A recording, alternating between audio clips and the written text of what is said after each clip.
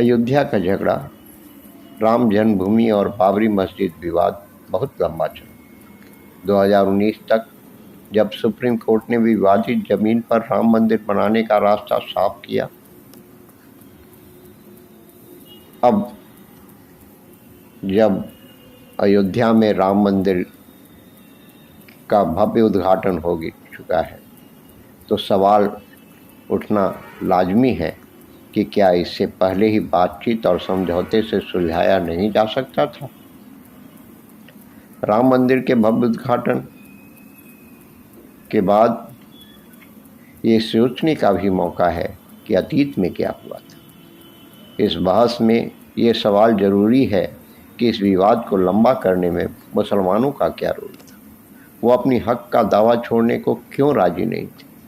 कुछ कहते हैं कि अगर मुसलमानों ने अपनी हकदारी छोड़ दी होती तो शायद इतिहास अलग होता। वो हिंदू भावनाओं का सम्मान करते हुए एक बड़ा दिल दिखाते। लेकिन कुछ ये भी कहते हैं कि मुसलमानों के लिए तो पीछे हटना ही फायदेमंद होता।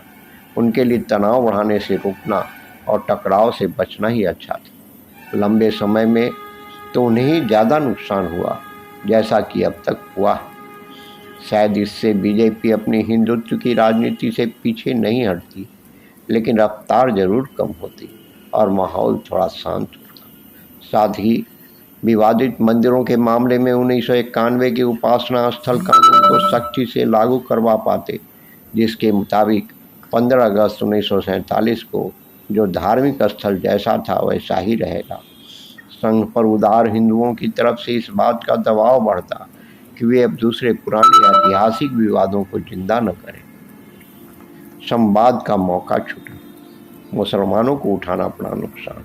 हिंदू मुस्लिम रिश्तों को दुरुस्त करने का सुनहरा मौका था। इस विवाद को सुलझाकर इससे सबसे ज़्यादा फायदा तो कम्युनिटी के नाते मुसलमानों को ही होता, लेकिन समझौते की बात तक न मानने से दरार और गहरी हो गई। दूसरी ओर शायद ज़्यादा अहम कारण जिसे मुसलमानों को पीछे हटने के लिए प्रेरित करना चाहिए था, वो ये था कि ये विवादित ज़मीन भगवान राम की जन्मस्थली मानी जाती है। इसलिए हिंदुओं के लिए इसका धार्मिक महत्व कहीं ज़्यादा है। जो लोग हिंदुत्व की राजनीति से सहमत न हो, वो भी इस जगह से गहरा धार्मिक जुड़ाव महसूस करते हैं। उनके लिए ये उतना ही पवित्र है जितना मुसलमानों के लिए मक्का, मदीना और ईसाई के लिए वेटिकन सिटी। मुझे याद है, लखनऊ विश्वविद्यालय के एक विद्वान जो खुद को गैर राजनीतिक बताते थे, मुझसे कह रहे थे कि राम मंदिर तो बहुत है, लेकिन ये जन्मस्थली होने की वजह से खास। दूसरी तरफ मुसलमानों के लिए ये सिर्फ ज़मीन का झगड़ा था, उसका कोई धार्मिक या ऐतिहासिक महत्व नहीं था। अयोध्या की तंग गलियों में इसे ढूंढना भी मुश्किल था। कई स्थानीय लोगों को सही रास्ता बताने में भी परेशानी होती।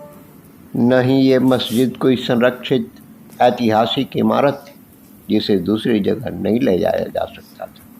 हाँ, ये ज़रूर है कि मुसलमानों को राम जन्मभूमि के बदले दूसरी जगह मस्जिद बनाने का वायदा किया गया था।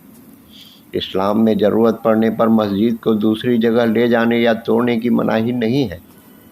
मुस्लिम दुनिया में सऊदी अरब समेत तमाम मुल्कों में बुनियादी ढांचे के कामों के लिए अक्सर मस्जिदों को हटाया या दूसरी जगह बनाया जाता है। अयोध्या की विवादित मस्जिद में काफ़ी समय से नमाज नहीं पढ़ी जाती थी। सरकार ने ज़मीन के झगड़े की वजह से उसे बंद कर रखा था। फैजाबाद के आसपास ऐसी और भी बहुत सारी बेकार पड़ी मस्जिदें थी, किसी को इसकी कोई खास परवाह नहीं थी। रुदौली में भी, जो बाराबांकी के पास है, हद से हद कुछ ही लोग उस टूटी फूटी इमारत को गंभीरता से लेते, जो अचानक सुर्खियों में आ गई थी। मुसलमानों के लिए अयोध्या ज़मीन का सवाल था, धर्म, आस्था या इतिहास का। ये ज़रूर है कि आम धारणा के विपरीत मुसलमानों में काफ़ी बड़ा तबका ऐसा था जो झगड़े से बचना चाहता था। वे जानते थे कि हार तय थी, इसलिए एक बड़ा कदम उठाकर, एक पवित्र इशारा कर तनाव को कम करना चाहते थे। इसमें उत्तर प्रदेश के कई आम मुसलमान शामिल थे, जिनका जीवन इस तनाव से उथल पुथल हो गया था। उनका मानना था कि बेकार पड़ी मस्जिद के लिए झगड़ा करना बेईमानी है, लेकिन मुसलमानों के कुछ कट्टरपंथी नेताओं का अपना ही राजनीतिक एजेंडा था। उत्तर प्रदेश बाबरी मस्जिद एक्शन कमेटी के संयोजक जफर याब जिलानी ने समझौता न करने का बचाव करते हुए कहा था कि अगर हम हिंदुओं से ये मस्जिद हार गए तो पहले से ही दबे हमें इन अल्पसंख्यक समुदाय के पास इस देश के नागरिक होने का जो बचा खुचा हौसला है वो भी टूट जाएगा। ये एक अतिवादी दावा था और यह दिखाता था कि मुसलमान नेताओं की समझ हकीकत से कितनी दूर है। यह मुद्दा जल्द ही अलग अलग मुस्लिम गुटों के लिए अपनी ताकत दिखाने का जरिया बन गया। इस तथाकथित धर्मनिरपेक्ष पार्टियां, खासकर कांग्रेस जो खुद को मुसलमानों का ही तैसी मानती है, और पूरा उदारवादी वर्ग अयोध्या विवाद को हिंदू दक्षिण पंथ के साथ अपने रूढ़िवादी विचारों की लड़ाई लड़ने के लिए इस्तेमाल करने लगा। 1988 के नवंबर में इंडिया टुडे की एक खास रिपोर्ट में फरजंद अहमद और दिलीप अवस्थी ने लिखा था कि कैसे मुस्लिम गुट और उनके धर्मनिरपेक्ष राजनीतिक साथी राजनीतिक फायदे के लिए अयोध्या के मुद्दे को हवा दे रहे हैं। 1989 के आम चुनावों के लिए बीजेपी से सीधे टकराव में लगे हुए थे।